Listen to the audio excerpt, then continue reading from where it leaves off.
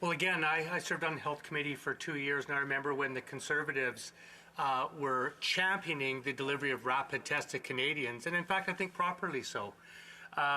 Here we have a bill before us to authorize the expenditure of $2.5 billion, which would purchase, I'm told, about 400 million rapid tests, and they seem to be opposed to it. It's almost as if they can't take yes for an answer. Now, I generally agree with them in terms of closure. It's usually something that, we don't want to see debate truncated, but we're in an emergency right now, and there's a shortage. A terrible shortage right now in this country of access to rapid tests. That's why there's urgency. It's a 2-section bill.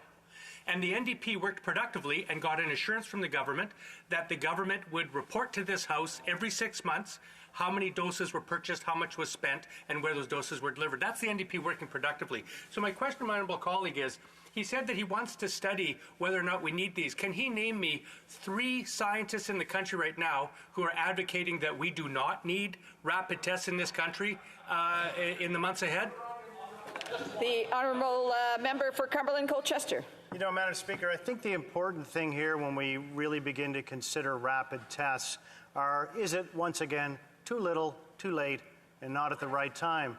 And, everybody in this House wants to understand what the science is, and we know that this has been a very dynamic situation throughout COVID. We've seen many, many changes in get a test, don't get a test, maybe you should, maybe you shouldn't, don't get one because we don't have one, get a PCR, get a rapid test.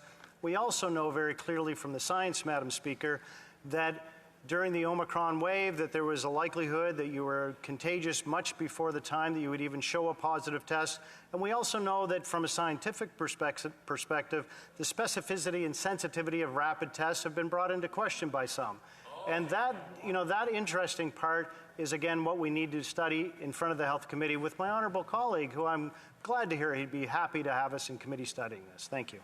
And comments, the honourable member